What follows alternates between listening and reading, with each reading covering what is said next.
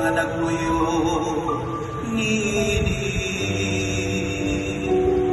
kaya kining gitupo di babaw sa kadagatan ug iya kining gibuhat ibabaw sa kasuban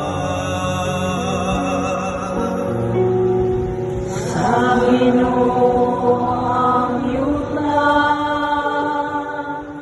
ug ang iyang kapuno.